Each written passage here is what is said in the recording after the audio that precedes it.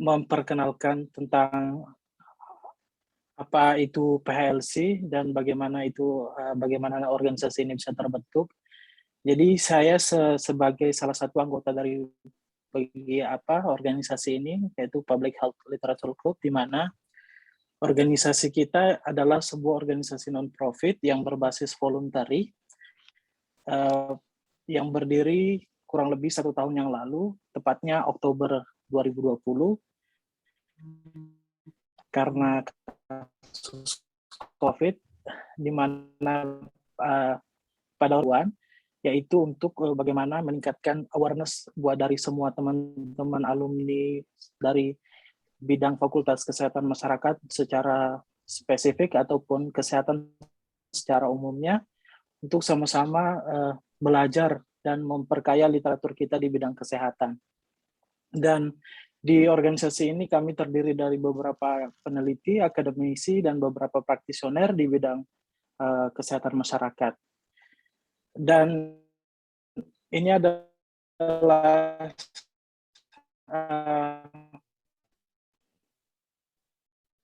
dewan pengawas kami, yaitu salah satunya adalah Dr. Sudir Sarzam, Universitas UNES, kalau nggak salah ya. Dan ini beberapa anggota kami, yang ketuanya adalah Mbak Nilna, dan saya sendiri sebagai wakil ketua di organisasi ini, dan beberapa volunteer dan peneliti-peneliti yang bergabung di organisasi kami.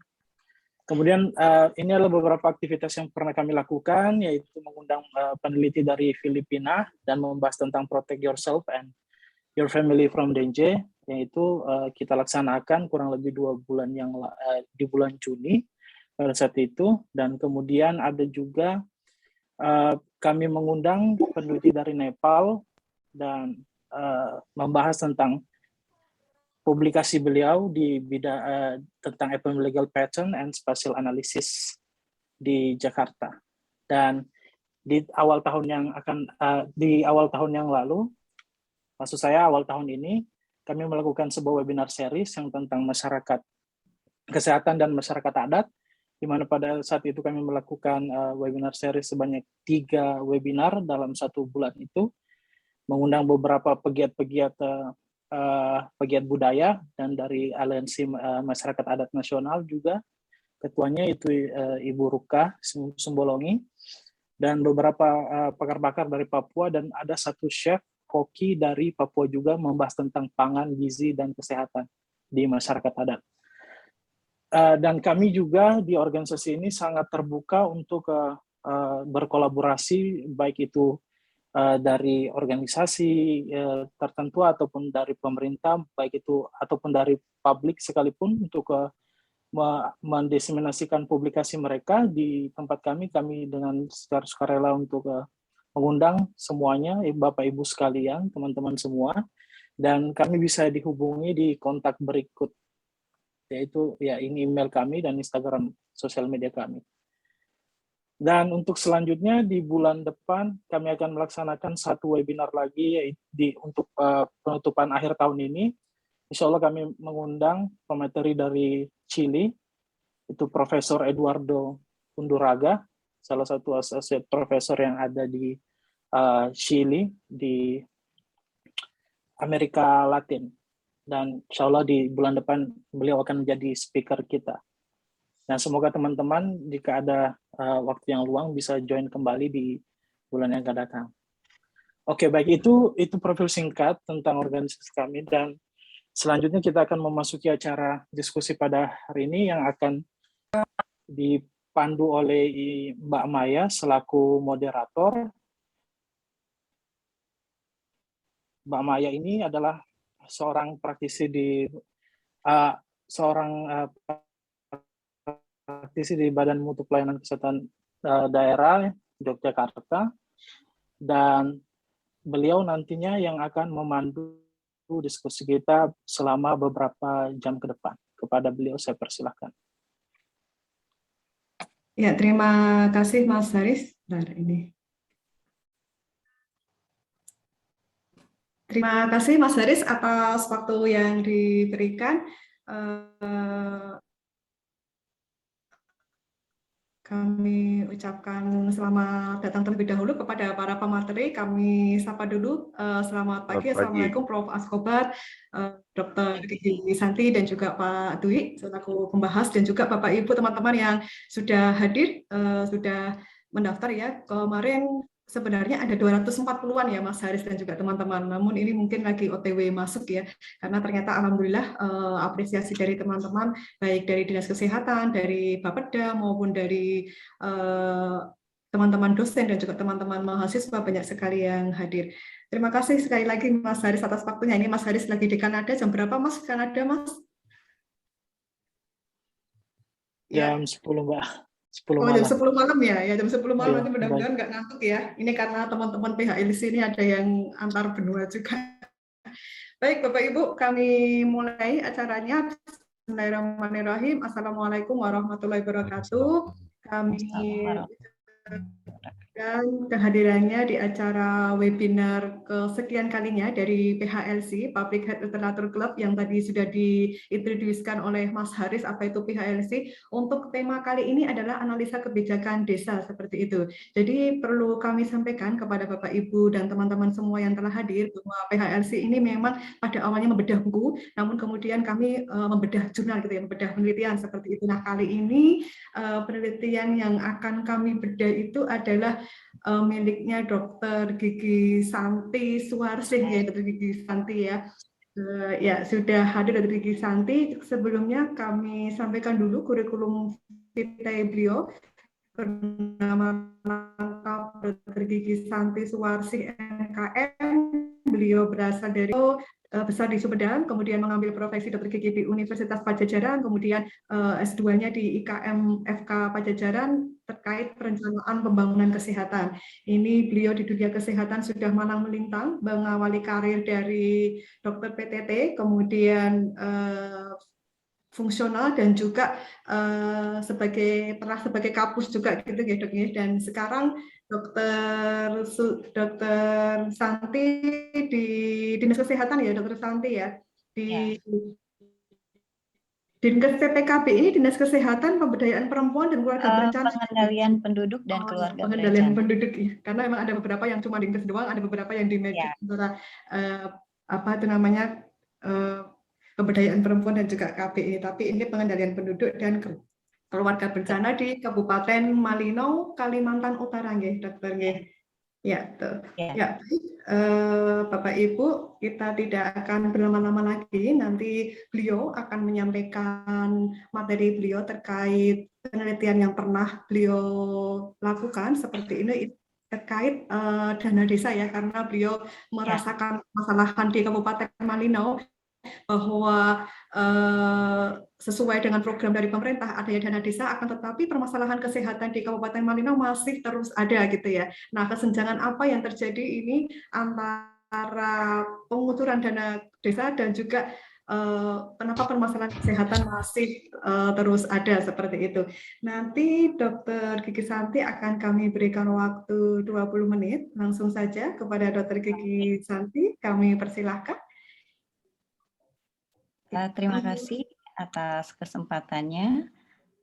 Selamat pagi dan salam sejahtera untuk kita semua. Assalamualaikum warahmatullahi wabarakatuh. Boleh dibantu share screen-nya? Oh ya, baik. Teman-teman dari media mungkin bisa membantu untuk share screen Dr. Gigi Santi. Ya, terima kasih Mbak Ulan. Pada kesempatan kali ini saya akan memaparkan mengenai penelitian yang pernah saya lakukan di tahun 2015, yaitu analisis kebijakan dana desa untuk pembangunan kesehatan di Kabupaten Malino dengan pendekatan segitiga kebijakan. Seperti kita ketahui bahwa pembangunan di Indonesia belum merata, terutama daerah terpencil dan perbatasan. Kabupaten Malino sendiri merupakan kabupaten dengan perbatasan, mempunyai 5 kecamatan perbatasan dengan Malaysia. Kami merupakan provinsi termasuk dalam provinsi ke-34, yaitu Provinsi Kalimantan Utara. Untuk mengatasi ketidakmerataan pembangunan ini, pemerintah pusat sendiri menetapkan Peraturan Pemerintah Nomor 22 Tahun 2015, yaitu tentang dana desa dari APBN. Sementara itu, pemerintah Kabupaten Malino sendiri sebetulnya mulai tahun 2011 sudah menyalurkan dana ke setiap desa di Kabupaten Malino. Kami ada 109 desa dengan 15 kecamatan. Pada awalnya adalah dana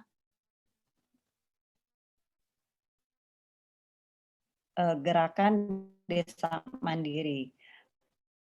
Kemudian pada tahun 36 tahun 2012, yaitu pemerintah Kabupaten Malino menetapkan dana Gerdema untuk setiap desa. Kedua sumber pendapatan ini, yaitu APBD dan APBN, merupakan dua sumber yang sangat besar untuk pendapatan desa. Pendapatan desa ini dapat digunakan untuk pembangunan, salah satunya adalah untuk pembangunan kesehatan melalui perencanaan pembangunan desa yang merupakan tahap formulasi kebijakan. Penelitian awal yang kami lakukan di Kecamatan Malino Kota bahwa rata-rata dana desa yang ada adalah 2,9 miliar.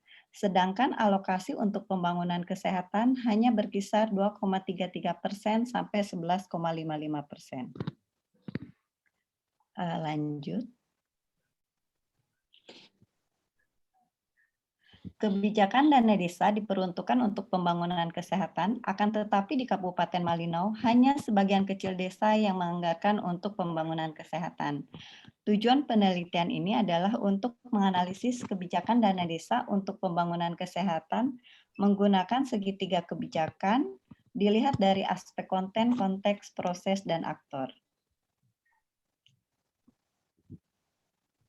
Desain penelitian adalah kualitatif dengan menggunakan pendekatan studi kasus. Data yang dikumpulkan dalam penelitian ini diperoleh dari hasil wawancara mendalam dengan menggunakan pedoman pertanyaan. Terdapat 4 komponen yang dianalisis, yaitu konteks, konten, proses, dan aktor. Penelitian dilakukan pada bulan Oktober tahun 2016 sampai Januari tahun 2017.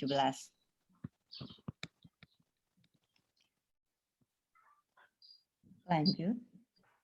Subjek penelitian yaitu 26 orang yang terlibat dalam kebijakan dana desa, meliputi kepala desa, ketua BPD, tenaga kesehatan desa, ketua PKK desa, camat dan kepala puskesmas, kemudian 6 orang wakil pemerintah daerah Kabupaten Malino, yaitu Kabid Yankes Dinas Kesehatan, Kepala Bapeda, Sekretaris Badan Keuangan, Kepala Bidang BPMD, Kepala Bagian Tata Pemerintahan, dan Kepala Subbagian Perundang-undangan Bagian Hukum Pemerintah Daerah Kabupaten Malino.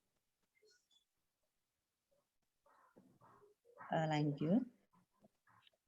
Dari analisis konten, sebelum tahun 2011,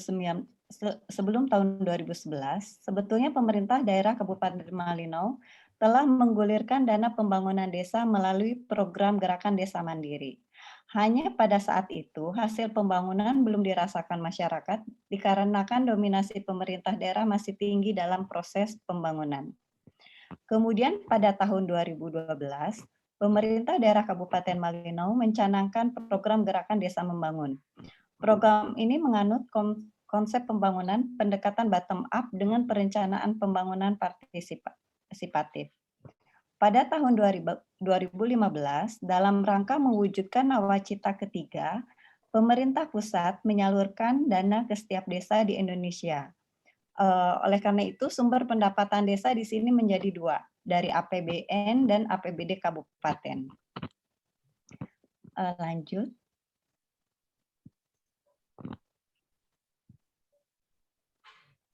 Di sini desa sebagai ujung tombak pembangunan di Indonesia dapat melaksanakan kegiatan pembangunan yang bertujuan untuk mencapai masyarakat desa yang sejahtera.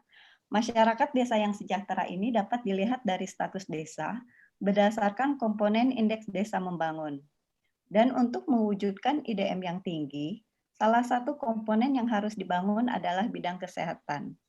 Hanya dengan analisis ini, kita melihat bahwa kecenderungan pembangunan kesehatan yang dilakukan oleh desa adalah pembangunan fisik.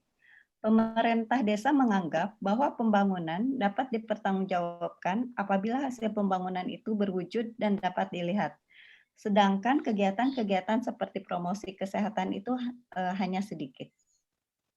Lanjut. Alokasi anggaran desa untuk pembangunan kesehatan dipengaruhi juga oleh faktor politik.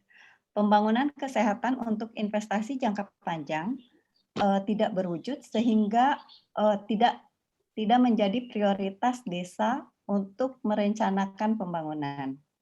Kemudian, terdapatnya ketidaksesuaian informasi tenaga kesehatan, pemerintah desa dengan SKPD terkait penggunaan anggaran desa untuk pembangunan berpengaruh dalam proses kebijakan dana desa. Selanjutnya adalah tidak adanya payung hukum yang mengatur tentang alokasi pembangunan kesehatan bersumber anggaran desa, menyebabkan kegiatan pembangunan kesehatan kurang di desa. Lanjut. Kemudian analisis konteks. Konteks sendiri mengacu kepada faktor sistematis yang memiliki pengaruh terhadap kebijakan dana desa, yaitu karakteristik desa. Seperti tadi kami jelaskan, bahwa Malinau itu mempunyai 15 kecamatan dan terdiri dari 109 desa.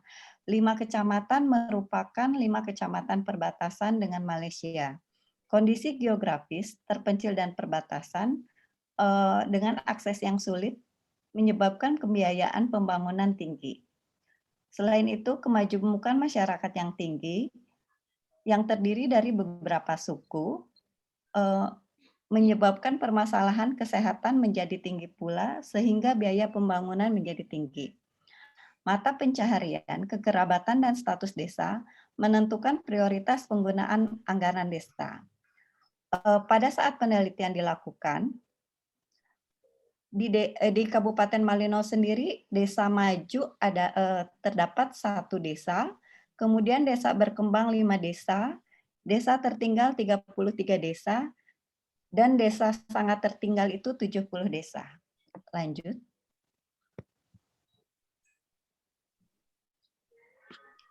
Dari analisis proses kebijakan, pada proses kebijakan dana desa, kekuasaan tertinggi ada di masyarakat karena semua usulan itu muncul dari masyarakat. Tahap yang paling berpengaruh adalah tahap formulasi kebijakan, yaitu musrenbang. Di Kabupaten Malinau sendiri, musrenbang berawal dari musrenbang RT atau kita sebut pramusrenbang desa. Dari musrenbang RT sendiri, semua aktor kebijakan sudah muncul karena usulan itu muncul di musrenbang RT. Hasil dari musrenbang RT, rekapan usulan kegiatan masuk ke musrenbang desa. Jadi di musrenbang desa sendiri, desa tidak dapat menghapus usulan-usulan yang sudah ditetapkan di musrenbang RT. Begitu pula dengan musrenbang kecamatan. Pada tahap musrenbang kecamatan, SKPD hanya berwenang untuk menyelaraskan kegiatan tanpa mencoret kegiatan yang telah diusulkan oleh desa. Dan setelah musrenbang kecamatan, tahapan masuk ke musrenbang kabupaten. Lanjut. Dari analisis aktor sendiri, kepala desa merupakan pemegang kekuasaan tertinggi di desa. Visi dan misi kepala desa menentukan arah pembangunan desa yang tercermin dalam kegiatan-kegiatan perencanaan pembangunan desa. Di sini banyak sekali kegiatan-kegiatan dengan prioritas pembangunan fisik yang merupakan usulan kepala desa. Aparat desa merupakan pelaksana kebijakan di desa. Aparat desa yang mampu bekerja baik dapat menjalankan kebijakan sesuai prosedur. Akan tetapi di Kabupaten Malinau sendiri, pemilihan aparat desa seringkali diwarnai faktor politik dan kekerabatan, karena hampir setiap desa itu terdiri dari satu suku yang sama. Jadi faktor kekerabatannya itu tinggi. Kemudian rendahnya pembangunan kesehatan disebabkan pemerintah desa masih menganggap bahwa yang bertanggung jawab untuk pembangunan kesehatan adalah Dinas Kesehatan dan Puskesmas. Lanjut.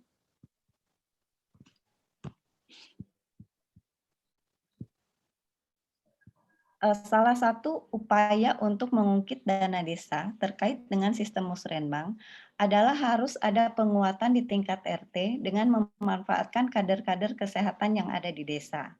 Selain itu, tenaga kesehatan desa harus mampu mengidentifikasi masalah dan merumuskan masalah kesehatan di desa.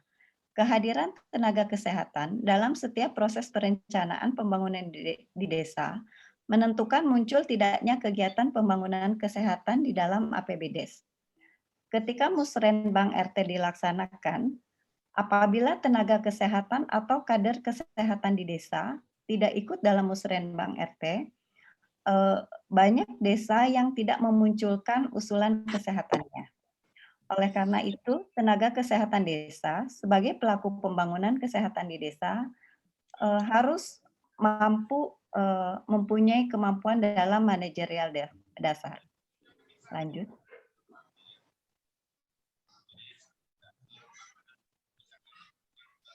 Kesimpulan yang dapat diambil pada penelitian ini adalah kebijakan dana desa telah dilaksanakan oleh desa-desa di Kabupaten Malino, namun dalam proses pelaksanaan untuk pembangunan kesehatan masih belum maksimal.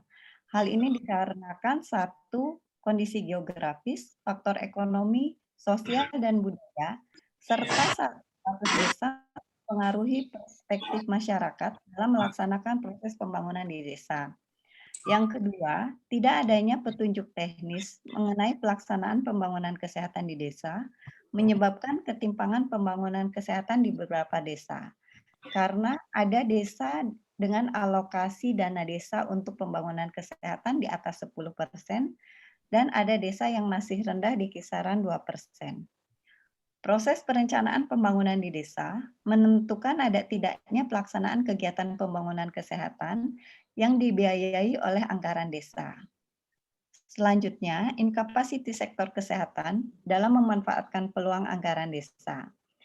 Di sini seperti yang tadi dijelaskan bahwa tenaga kesehatan yang ada di desa harus mempunyai kemampuan manajerial dasar dalam merumuskan masalah dan menentukan solusi yang bisa masuk ke dalam usulan dalam musrenbang RT. Terima kasih.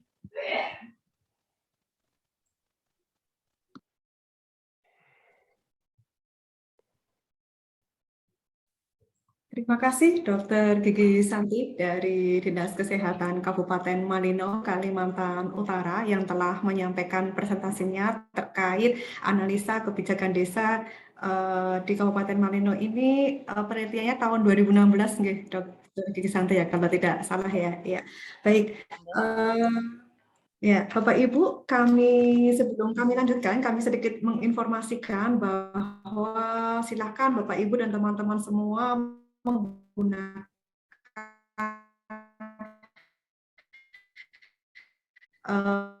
akunnya atau format nama seperti chat ataupun raise hand, dan ini kami sampaikan bahwa kegiatan ini kerjasama antara PHLC, Public Health Literature Club, juga dengan Kesmas ID dan juga LK2PK gitu ya, Lembaga Kajian Pembiayaan Kesehatan, seperti itu. Baik, Bapak, Ibu, dan teman-teman semua, tadi Dr. Gigi Santi telah menyampaikan bahwasannya kendala-kendala yang dihadapi atau masih adanya hambatan-hambatan terkait implementasi atau penggunaan dari dana desa gitu ya, karena memang untuk dana desa cenderung lebih banyak digunakan untuk fisik gitu ya, karena fisik lebih terlihat daripada kegiatan misalnya untuk promosi kesehatan atau germasnya. Tadi Bapak Dr. Gigi Santi juga menambahkan bahwasannya memang peruntukan dana desa ini diawali dari kegiatan musrenbang gitu ya. Ini teman-teman dari Puskesmas, teman-teman dari Dinas Kesehatan tentunya mengetahui ya, sesuai dengan manajemen Puskesmas di Permenkes 14 2016 kita telah tahu siklus manajemen puskesmasnya sebelum teman-teman membuat RUK, RPK, teman-teman diminta untuk mengidentifikasi kebutuhan harapan gitu ya ke bawah dari benar-benar bottom up sehingga kegiatan-kegiatan yang ada di puskesmas itu benar-benar merupakan kebutuhan dan harapan dari wilayah kerja di puskesmas Bapak Ibu semuanya seperti itu. Baik, terima kasih atas materi yang disampaikan atau presentasi yang disampaikan. Untuk selanjutnya adalah penanggap pertama yang akan disampaikan oleh Profesor Askobat Gani, MPH, Dr. TS. Tentunya Bapak Ibu dan teman-teman semua sudah mengetahui beliau. Beliau adalah guru besar tentang ekonomi kesehatan di FKM UI. Kepada yang terhormat Prof. Askobat, kami persilahkan. Terima kasih Bu Maya. Kepada semuanya, salam, Assalamualaikum warahmatullahi wabarakatuh. Selamat pagi buat di Indonesia. Pak Haris ini di Kanada ya, Pak yang di Toronto apa di mana? Selamat malam. Di Amerika Mas, Pak Prof. Di mana? Di Michigan Prof. Oh Michigan, bukan Kanada, Michigan Iya. State ya. Bukan Prof. Oke. Di Ann Arbor. Ya. Ann Arbor, Nggak Michigan. tahu. yang Kanada. Iya. Itu ada U Tower untuk student dorm. Saya pernah di sana dulu. Masih ada U Tower. Benar Prof. Iya. Masih ada Prof, masih. Ada. Saya dapat gratis di sana dulu beberapa hari. Oke, Wah, jadi siap. yang berikutnya saya ingin menyampaikan apresiasi kepada PHLC ini ya, Public Health Literature Club. Saya sangat bangga yang masih baru relatif tetapi aktivitasnya sudah go global. Ini luar biasa, nanti kalau saya mendoakan ini bisa berlanjut lebih intensif ya, dan tidak terbatas kepada penelitian-penelitian dalam negeri. Tadi saya lihat dari Filipina, dari Bangladesh, dari mana ya. Sehingga kita juga bukan menarik global ke dalam, mata kita juga melihat apa yang terjadi pada tingkat global. Sangat penting untuk pengembangan, bukan saja ilmu kesehatan masyarakat, ini kan literatur club, tetapi juga untuk pengembangan program. Saya banyak membantu hari-hari ini untuk Kemenkes ya, menghadapi COVID, menghadapi transformasi pembiayaan, dan termasuk nanti bagaimana kita melakukan transformasi primary healthcare ke depan. Ya, di situ termasuk ada 10.200 puskesmas yang merupakan ujung tombak di negara kita untuk meraih target-target RPJMN, SDG, Unfinished MDG dan sebagainya. Kita jangan lupa dalam primary care kita itu ada 14.000 klinik pertama milik swasta. Bagaimana menggerakkan ini? Ya, pasukan terdepan untuk merubah indikator kesehatan. Tentu di bawahnya itu ada desa. Nanti saya akan sampai kepada desa.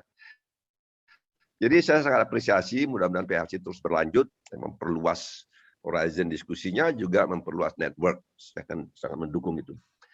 Berikutnya tentang studi ini, saya juga apresiasi kepada Dr. Gigi Santi yang telah melakukan studi di desa, maaf kalau salah sebut, Malinau ya, Kabupaten Malinau di 4 desa kalau nggak salah ya.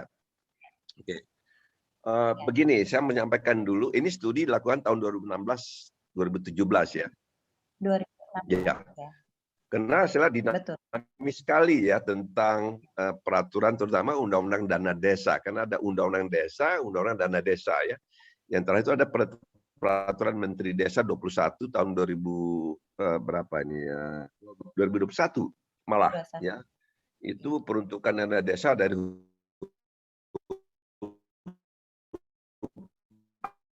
sampai R, ada berapa itu? Nanti kesehatan disebutkan di situ. Memang sangat dinamis arahan national policy, sangat dinamis. Jadi studi ini adalah potret pada tahun saat itu ya. Nah, saya mulai dulu dari waktu saya berapa ini Bu Maya ya? Nanti saya kalau ngobrol ini suka ngomong nggak ada. Iya, ini 15 menit Prof. Askobat. Cukup ya. Iya. Cepat-cepat. Jadi begini ya, sangat unik ini kebijakan kita di desa ini kan salah satu model governance sebuah negara ya yang diatur dalam Undang-Undang 45, ada pemerintah pusat, ada provinsi, ada kabupaten, ada kecamatan, dan kita turun kepada desa. Ya, jadi governance kita sampai down kepada village. Itu kita punya sekarang 34 provinsi, 514 kabupaten, sekitar 7.000-an kecamatan, desa kita 75.000. Nah, kebijakan negara kita adalah memberdayakan governance itu mulai dari rakyat. Dan ini katanya dengan ada filosofi politik kita, ya, demokrasi itu down kepada apa namanya masyarakat rakyat. Nah, sebetulnya ini dalam ya kebijakan-kebijakan memberdayakan desa tidak lepas dari kebijakan desentralisasi. Nah, desentralisasi itu ada 3 aras itu. Pertama, aras politik. Ya, kita memberdayakan masyarakat untuk punya voice, untuk menentukan siapa pemimpin mereka. Ya, sehingga kalau dulu kan pusat, sekarang oke. Kalau menjadi kepala desa, jadi bupati, dekatlah kepada rakyat. Itu political decentralization, menurut saya Indonesia one of the best. Diakui itu demokrasi kita, walaupun mutunya masih perlu ditingkatkan. Yang aras kedua dalam desentralisasi adalah desentralisasi fungsi. Oke, ini kekuasaan diberikan kepada bupati, kepada desa. Ya, apa yang mesti Anda kerjakan? Ini kita masih belum sesing, belum konkret betul itu. Kekuasaan diberikan, tapi apa yang dikerjakan itu mestinya kan ada rambu-rambunya. Nanti desa tadi A sampai R sudah ada itu fungsi. Ini yang harus lakukan begitu kan. Yang ketiga adalah desentralisasi fiskal. Jadi satu package. Ini teori pakar desentralisasi namanya Rodinelli. It has to be one package.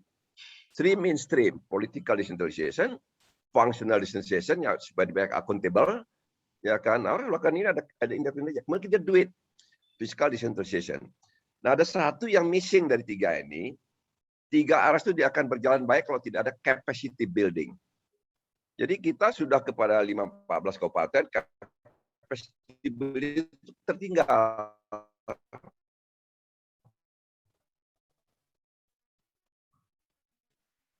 Kita desentralisasi kepada desa kita, sehingga demokrasi itu berjalan ya oleh rakyat, untuk rakyat, dan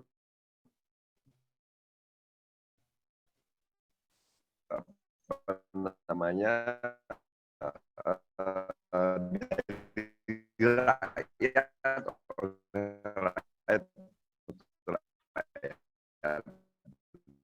gitu kan.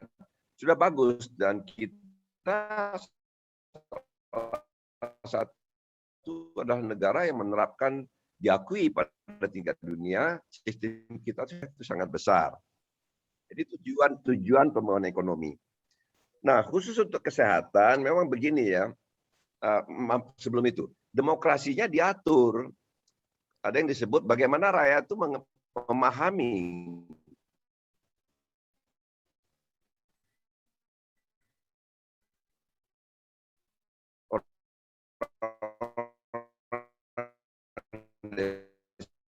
masalah kita apa sih. Nah, saya ini pernah ikut musrah warga negara. Saya duduk di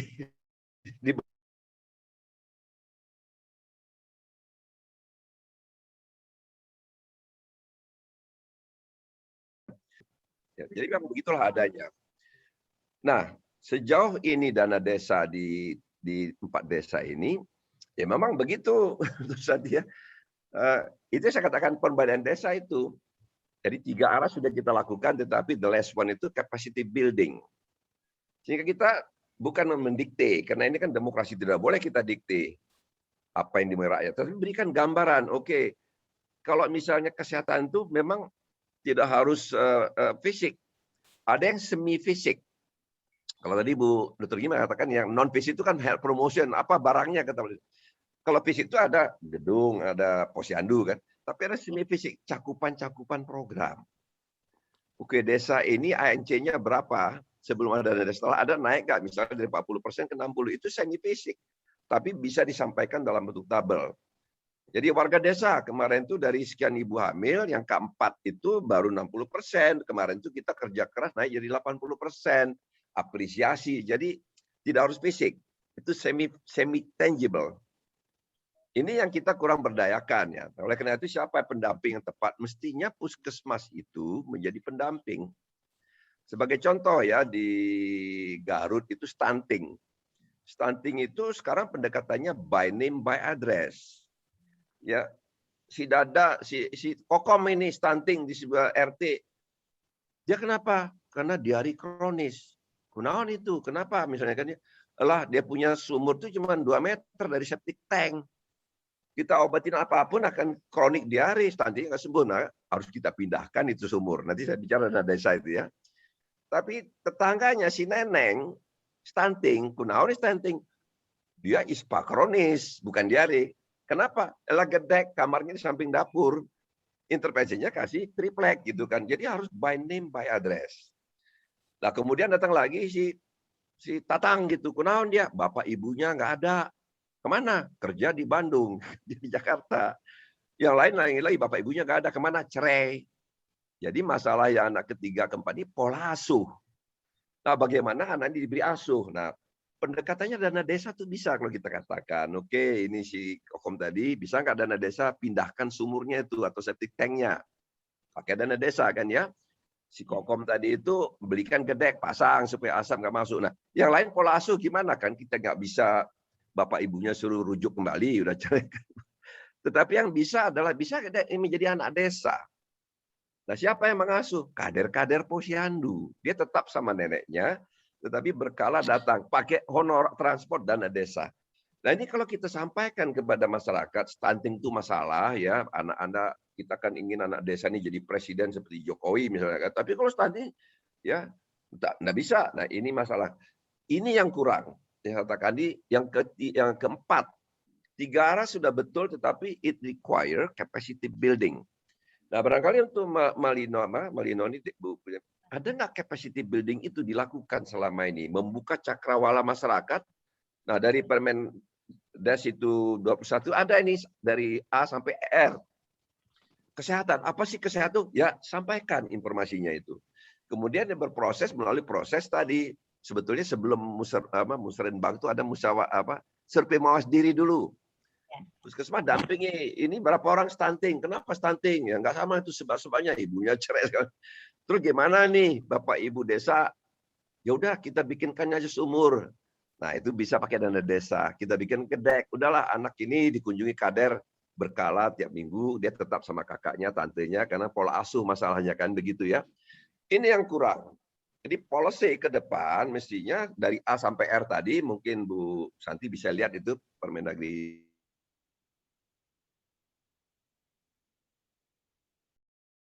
desa, ya literasi kesehatan ya, what is kesehatan? Jadi kita mencoba mengangkat ya policy yang generik satu yang tadi general itu ke dalam screen mereka, itu persoalan. Seperti tingkat kota itu nggak ada masalah kesehatan. Saya kebetulan duduk dengerin aja ya, oke, bukan salah mereka. Mungkin kita kurang memberikan cakrawala. Ya, tapi BDN saya kira bagus ini ya, cuman kita mungkin perlu update karena peruntukan dana desa itu dinamis sekali, berubah-ubah. Nah, saya apresiasi kepada pemerintah daerah Malino, ada namanya Gerakan Desa Mandiri, sebelum ada dana desa. Jadi kita mesti acungkan jempol itu, apresiasi ya Bupati yang ada komitmen untuk membangun desa dari bawah, ya untuk masyarakat Dayak di sana itu ya. Nah, ini satu tanda bahwa yang penting di kabupaten itu adalah political commitment. Nah, mudah-mudahan apa namanya tadi? Gerdema ini kalau bisa diangkat bukan jadi sarannya bukan melalui SK Bupati, ditingkatkan menjadi peraturan daerah, Perda. Sebab kalau Perda itu mengikat bupati-bupati yang selanjutnya itu tidak mudah merubah. Tapi kalau SK si B naik, dia bikin SK baru begitu ya. Sehingga policy itu menjadi lebih fix dan permanen, menjadi kuat dari segi aspek hukum. Ya, catatan kecil saja. Di depan itu ada angka kematian ibu ya, MMR, IMR. Nah, jadi kawan-kawan begini ya. Secara statistik, kita kayak bisa menghitung maternal mortality rate, infant mortality pada 3 desa. Apalagi 3 desa, tingkat kabupaten pun BPS belum berani menghitung untuk semua. Karena masalah random sampling error ya. Jadi kita tidak punya data kematian IMR pada semua kabupaten, hanya beberapa saja yang besar-besar. Provinsi masih berani kita. Ini statistik. Karena itu kita jangan menyebut MMR. Jadi misalnya begini, kita ambil 2 orang dari desa, seumur saya lah, saya ini sudah tua ini. Ya kan, saya sebut saja 75 tahun. Si A sakit jantung, si B tidak sakit jantung. Bisa kita katakan ya, di desa itu 50% orang tua itu sakit jantung, 50% tidak. Nggak mungkin cuma dari 2 orang. Ini permasalahan. Jadi memang kita tidak bisa menghitungnya. Biasanya kita pakai itu adalah nilai absolut. Oke, di desa ini kemarin ada kematian ibu perdarahan 3 orang. Tahun ini masih perdarahan nggak? Itu kematian bayi juga begitu. Jadi ini koreksi kecil saja. ya, sehingga ya secara saintifik memang kita tidak bisa menghitung maternal mortality rate. Karena kan ini MMR itu adalah kematian ibu dari 100.000 kelahiran hidup. Nggak ada di desa 100.000. Kematian bayi itu kan kematian bayi dari 1.000 kelahiran hidup. Nggak ada 1.000 juga di nomenklatur kita. Itu catatan, saya apresiasi, barangkali saya harapkan Dr. Gigi Santi ini di Kabupaten Marino ya? Iya. Nah, jadi barangkali bisa dilanjutkan dengan intervensi, saran-saran tadi ya. Jadi kita sudah desentralisasi politik, udah jalan, bagus ya. The people has the voice, kan gitu ya. Kemudian kedua, desentralisasi fungsi, ya ini yang perlu. Sekarang ini ada dari A sampai R, berapa tuh, berapa belas itu kan. Ya apa itu kesehatan, apa itu kemiskinan, kan nggak tahu mereka. Datanglah dari Permendes, dari kesehatan dijelaskan ya. Tapi jangan mendikte. Itu sudah melanggar. Kemudian desentralisasi fiskal cukup gede ya, 1 miliar apa tadi 2,6 miliar, tinggi betul itu. Ya kan? Nah, kemudian jelaskan bahwa indikator-indikator itu kalau yang intangible memang susah ya membuktikan dia berhasil. Tapi ada yang semi intangible, cakupan persalinan di fasilitas Paskes, cakupan imunisasi dasar lengkap ya dari puskesmas, mungkin sampaikan ini anemia ibu hamil kok sekian itu kan, cakupan TT ya, MTBS, penimbangan, itu sampaikan. Bisa nggak dan desa mendongkrak itu ke atas. Nah, stunting tadi, saran saya kalau bisa pendekatannya by name, by address. Bertetangga, beda itu kausanya. Ya, jadi mungkin Dr. Santi bisa melanjutkan, kemudian hasilnya disampaikan kepada bupati di sana ya, mungkin sektor-sektor terkait. Ya, kita doakan ya Ibu Santi sukses di sana, dan kita doakan rakyat Marino juga meningkat derajat kesehatannya. Demikian Bapak sekalian, terima kasih. Wassalamualaikum warahmatullahi wabarakatuh. Mudah-mudahan Bu Maya saya nggak tabrak waktu berapa? 15 menit ya? Nggak apa-apa dok, nggak apa-apa Prof. Sama Prof. Askopet memang. Bu Maya nggak ngerem saya bisa ngomong lupa bisa 1 jam. Oke, nggak terima terasa kasih Prof. Ya. semuanya. Ya, baik, terima kasih Prof. Askopet Gani yang telah menyampaikan materinya ya. Ini saya jadi ingat kalau dulu pelajaran Ekokes itu bukunya Prof. Askopet Gani. Kebetulan kami muridnya Bu Krismardani Prof. Ini ada di Undip ya? Baru iya, di saya Undip ngomong ya. dengan Bu Kris tuh, dia sedang Ya, rapat Inaya di Bandung itu. Oke. Ada beberapa teman-teman yang ikut juga. Ya baik Bapak Ibu dan teman-teman semua, ini tadi saya coba sedikit ambil kesimpulan dari apa yang disampaikan oleh Prof. Askopet Gani, karena kita serasa mendengarkan kuliah pakar ya, karena memang beliau pakar. Memang sudah ada beberapa dinamisasi peraturan ya, karena memang Dr. Gigi Santi waktu itu penelitiannya di tahun 2015-2016, sedangkan ini sudah ada Permenkyu nomor 22 tahun 2020 tentang penggunaan dana desa, kemudian ada juga dari Permendes PDTT nomor 13 dan juga nomor 21 tahun 2020 seperti yang disampaikan oleh Prof tadi. Menarik juga tadi Prof menyampaikan bahwa perlunya capacity building bagi masyarakat. Saya jadi teringat teman-teman puskesmas itu selalu mengeluhkan pada saat mereka itu misalnya logmin tribulanan dengan teman-teman lintas sektoral atau pada saat SMD, FMD atau MD itu ya, Dok ya. Itu mereka selalu kesusahan kalau hanya silahkan masalahnya apa. Jadi teman-teman puskesmas pun harus kayak memberi umpan dulu gitu ya, memberi umpan dulu masalah baru mereka bisa menyampaikan, karena masih banyak di masyarakat kita yang menganggap bahwa kesehatan itu yang masalahnya ya urusannya ada teman-teman puskesmas dan dinas kesehatan, bukan urusan kami yang di pemerintahan di sektor yang non kesehatan seperti itu, masih banyak terimage seperti itu. Baik, selanjutnya kita ke penanggap yang kedua sudah hadir Bapak dosen yaitu Bapak Dr. Dr. Dwi Nurjianto SKM Kesikor dari Universitas Jambi. Selamat siang Pak Dwi. Selamat siang, Assalamualaikum. Salam kenal Pak Dwi, belum pernah ketemu. Siap Prof. Iya siap Prof. Monggo, langsung saja Pak Dwi menyampaikan tanggapannya. Oke.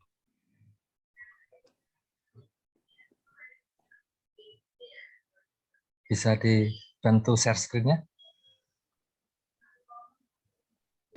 Ya silakan Mbak Emma atau Mas. Apa ada sudah kelihatan ya? Sampun Pak Dwi. Oke. Sudah. Ya sudah Pak Dwi. Tinggal di slideshow mungkin ya. Iya.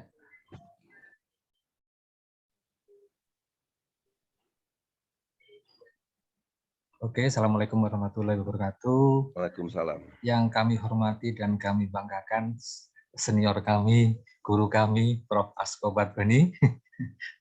Mohon izin, Prof, kami hanya baru belajar nih, Prof.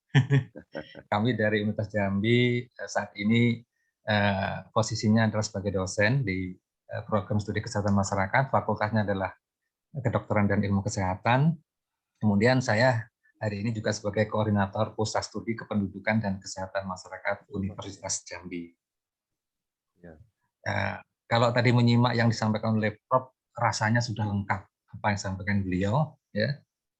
Yang pertama, kalau kita lihat dari paparan dari Ibu Santi bahwa alokasi anggaran yang saat pada waktu itu tahun 2016 itu rata-rata hampir 1 miliar per tahun. Tapi dalam faktanya banyak kecenderungan pembangunan fisik yang dilirik. Jadi yang non fisik itu tidak digambarkan secara jelas.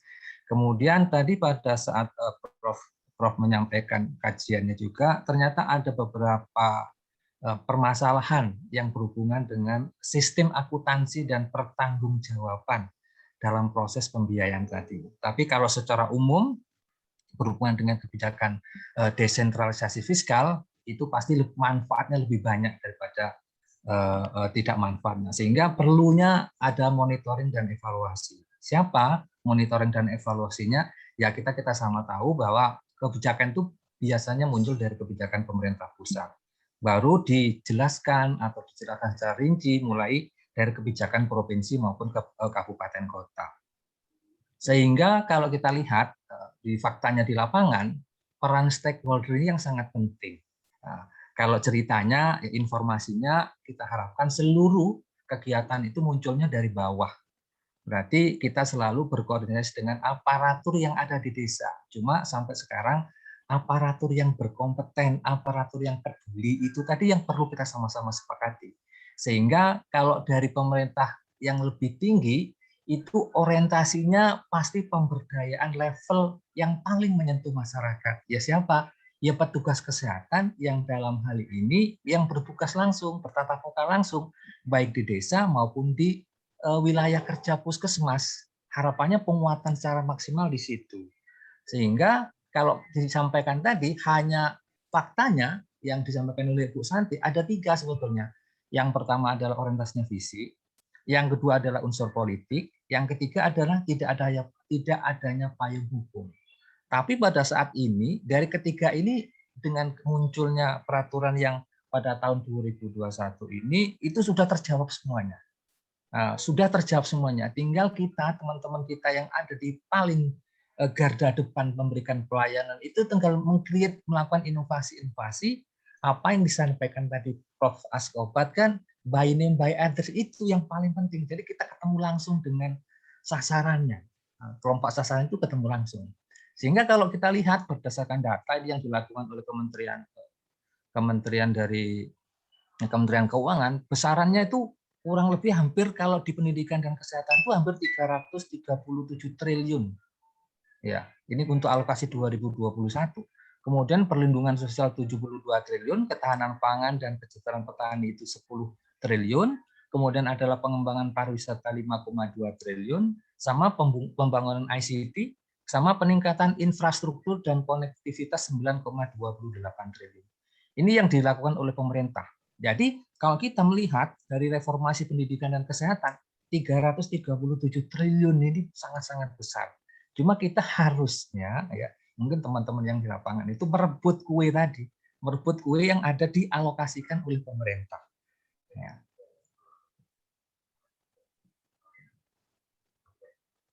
Nah, sebetulnya ini yang dilakukan selama periode Presiden yang kedua ini adalah tujuannya bagaimana peningkatan status pembangunan desa menjadi berkembang dan mandiri. Ya, kalau kita lihat sasarannya, dia otomatis berupaya untuk mengentaskan 10.000 desa yang tertinggal menjadi desa berkembang. Kemudian juga mendorong 500 desa yang berkembang menjadi desa mandiri. Nah, kita masuk di kelompok yang desa mandiri maupun dari tertinggal menjadi berkembang. Salah satu targetnya adalah kurang lebih sekitar 9,9% dari target yang sudah ditetapkan sampai tahun 2024. Sehingga arah kebijakan dana desa itu yang pertama adalah adanya reformulasi pengalokasian, penyaluran dana desa, kemudian ada lagi mendukung pemulihan perekonomian desa, yang ketiga adalah mendukung pengembangan sektor prioritas. Ya.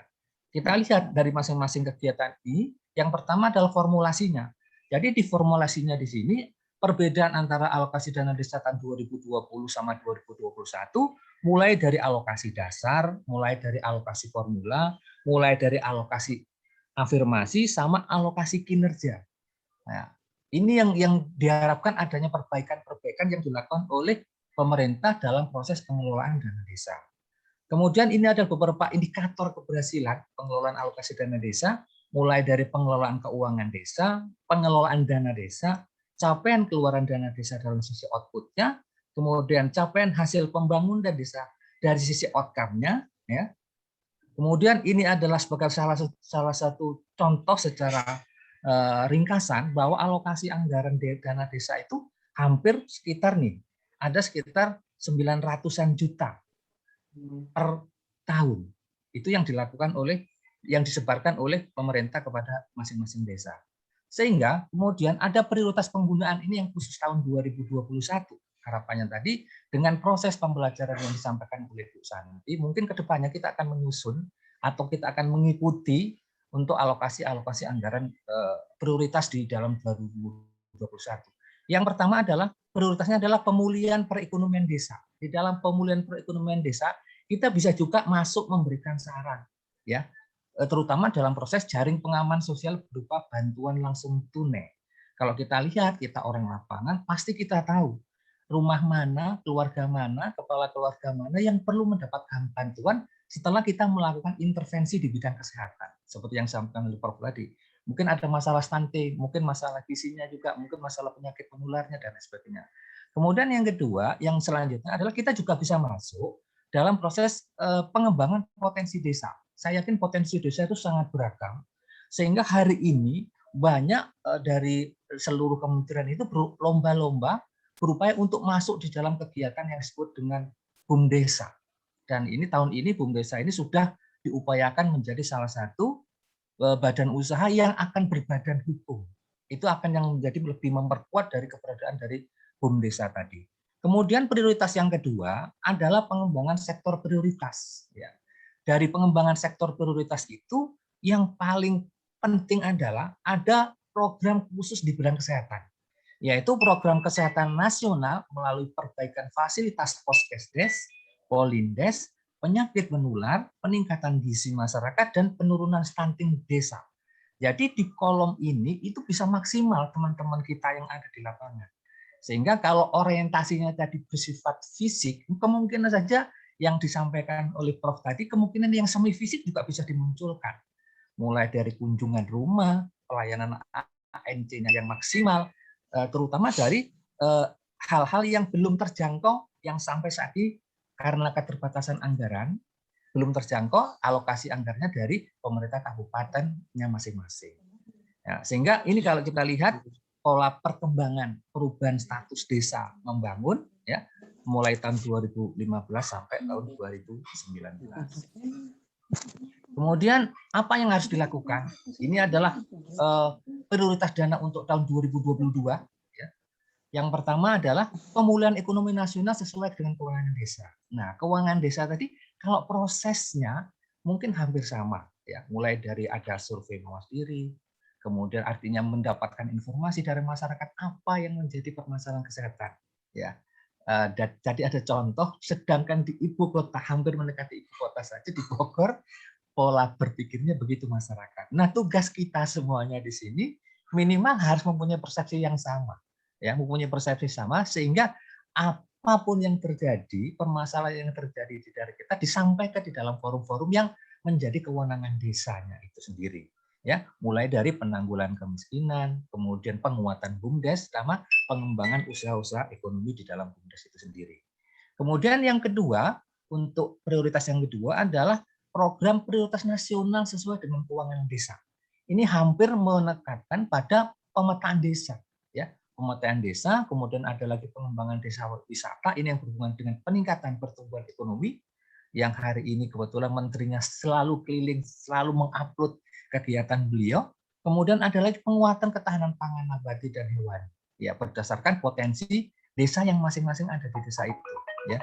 Kemudian lagi ada lagi pengembangan desa inklusif yang melibatkan keterlibatan masyarakat secara menyeluruh. Ya. Kemudian yang ketiga adalah masih berfokus pada mitigasi dan penanganan bencana alam dan non-alam.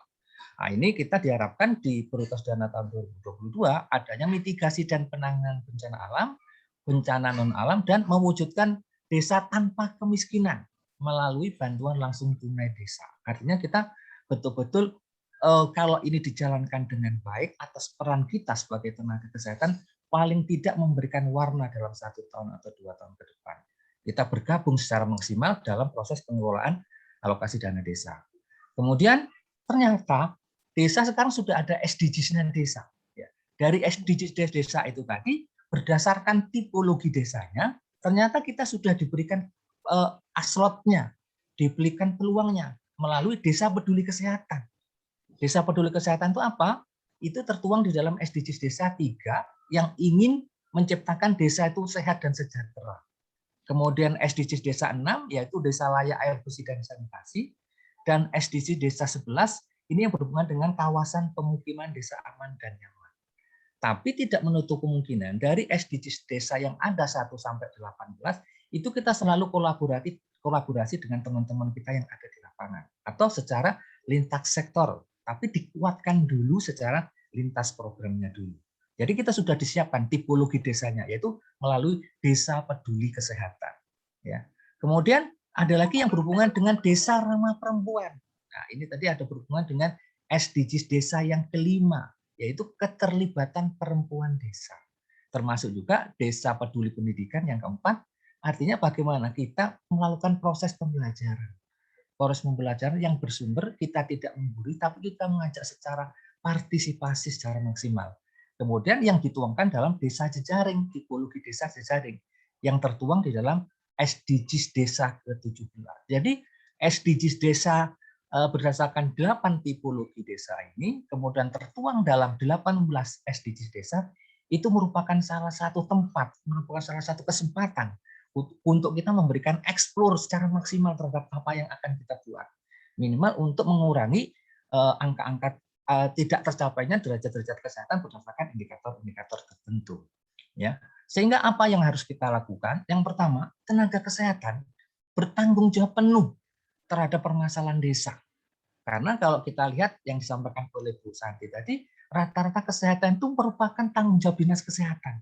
Dan itu tanggung jawab itu kita ambil, ya kita ambil berdasarkan konsep wilayah, sehingga kita memunculkan kita kalau bisa di desa itu memunculkan kita sebagai leadernya. Ya, kita leadernya. Bagaimana program-program kesehatan itu kita bisa memberikan paparan secara detail termasuk sampai indikatornya, baik indikator secara individu maupun keluarga maupun masyarakatnya, sehingga orientasi yang akan kita jual, program yang akan kita jual, kita juga sampaikan nilai manfaatnya sama efektivitasnya, sehingga program itu memang betul-betul tercapai sesuai dari sisi nilai manfaat dan efektivitasnya. Kemudian kalau selama ini sudah ada survei mewakili, kemudian musyawarah masyarakat desa, kemudian kita juga ini apa sih prosesnya, bagaimana sih baru kita bicara. Ya, silakan Pak Dwi. Oh, ya. Yang ketiga adalah bagaimana kita menembus forum rembuk desa itu jangan yang seperti dulu lagi. Makanya kalau bisa diupayakan musyawarah masyarakat itu yang perlu inovasi.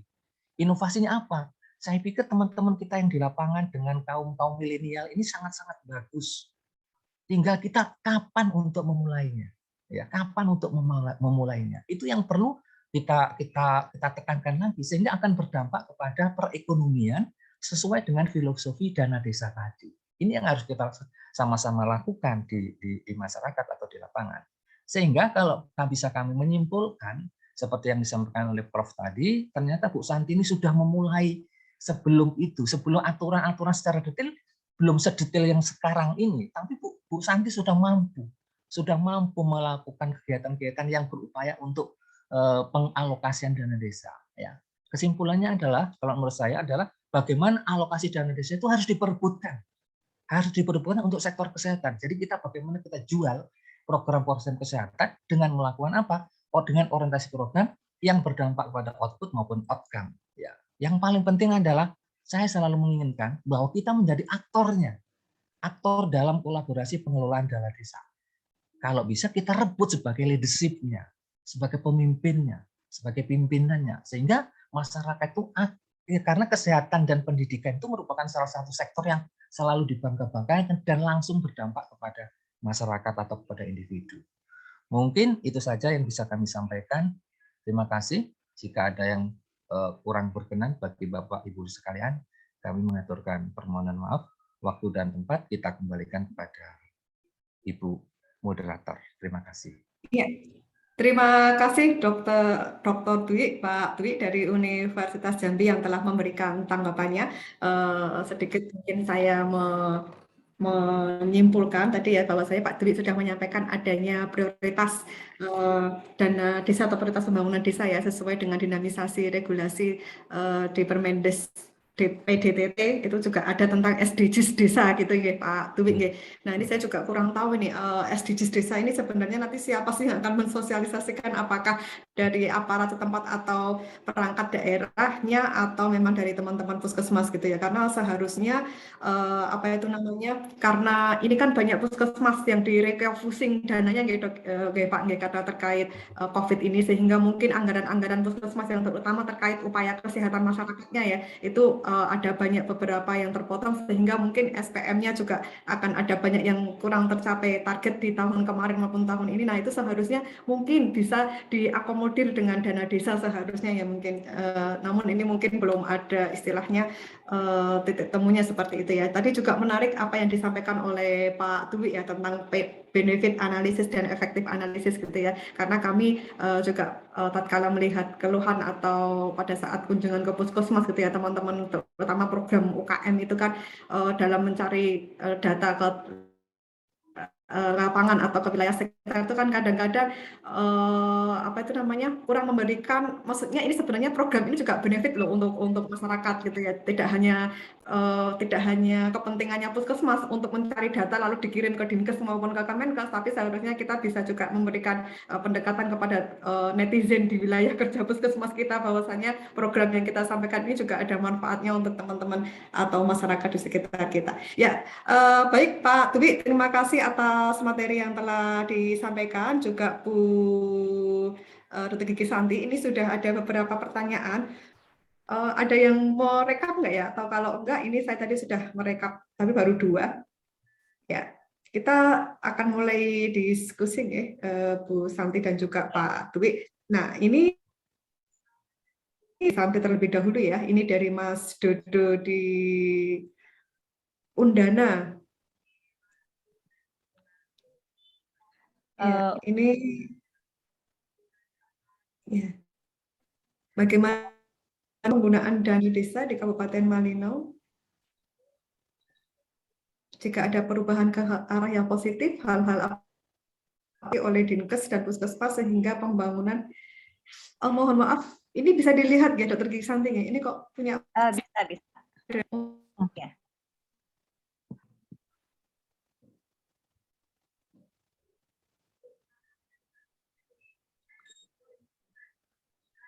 Izin mungkin bisa langsung saya tanggapi untuk yang ya silakan Dr. Gigi Santi. Ya, Pak Dodo Undana. Penelitian yang saya lakukan ini tahun 2016. Nah, seperti yang Prof. Askobat tadi sampaikan bahwa dinamisasi untuk perencanaan sendiri dan untuk peraturan sendiri sebagai payung hukumnya sudah berkembang sedemikian rupa.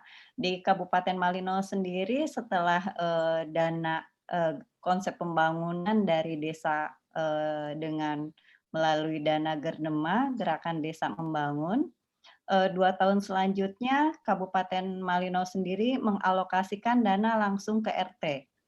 Jadi di RT sendiri, setiap RT yang ada di Kabupaten Malino mendapatkan alokasi dana 260 juta. Itu di luar dana desa yang dari pemerintah pusat, di luar dana desa, dana Gerdema. Jadi kami mempunyai 3. Dana desa dari pusat, dana desa dari Gerdema, kemudian dana RT. Oleh karena itu, dengan bertambahnya dana, kami yang dari Dinas Kesehatan sendiri, setiap ada musrenbang RT, petugas pustunya sudah ditugaskan memang harus mengikuti mulai perencanaan dari musrenbang RT sendiri, sehingga usulan-usulan itu sudah terjadwal. Jadi untuk sekarang seperti tahun 2019 kami ditetapkan Kabupaten Malino sebagai lokus desa stunting. Dan seperti tadi dijelaskan Prof. Askobat sendiri, kami pun sudah by name by address dalam penanganan stunting melalui dana desa, dana Gerdema maupun dari dana RT sendiri. Jadi PMT baik susu ataupun PMT bahan baku lokal itu sudah didanai oleh dana APBD, dana desa. Nah, adapun hal-hal yang diintervensi adalah kami dari Dinas Kesehatan selalu menekankan kepada petugas puskesmas maupun petugas yang ada di desa, yaitu petugas pustu, untuk selalu mengikuti dan selalu berkoordinasi dengan kepala desa maupun pemerintah desa yang lain. Oleh karenanya sekarang sudah mulai dana desa itu yang wajib adalah mengalokasikan 10 juta untuk operasional posyandu. Itu wajib. Kemudian untuk kegiatan lainnya berdasarkan usulan dari desa sendiri, dari kader-kadernya. Jadi mulai ada pelatihan-pelatihan untuk kader, insentif untuk kader gitu. Kalau untuk pembangunan pustu, operasional pustu biasanya dibantu juga. Terima kasih.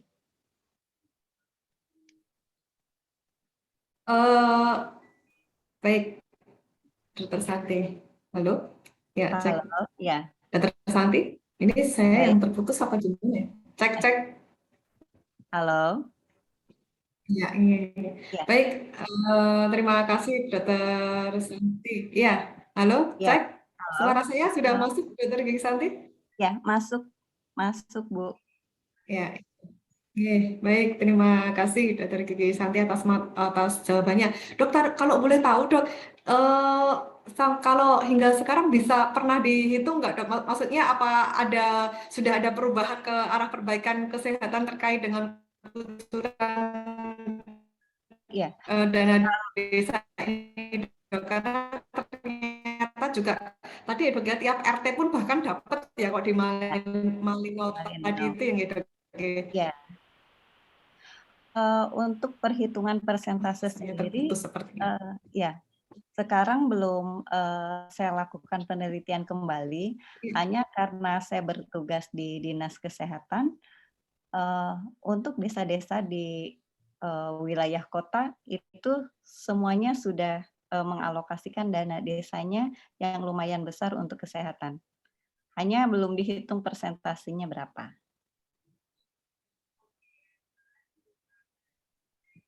Tapi ini mudah-mudahan ini dok ya ada istilahnya hubungan tegak lurus itu ya dok ya, seiring adanya dana perbaikan kesehatan pun juga ke arah yang lebih baik gitu nih dok ya. Baik Dr. Gigi Santi.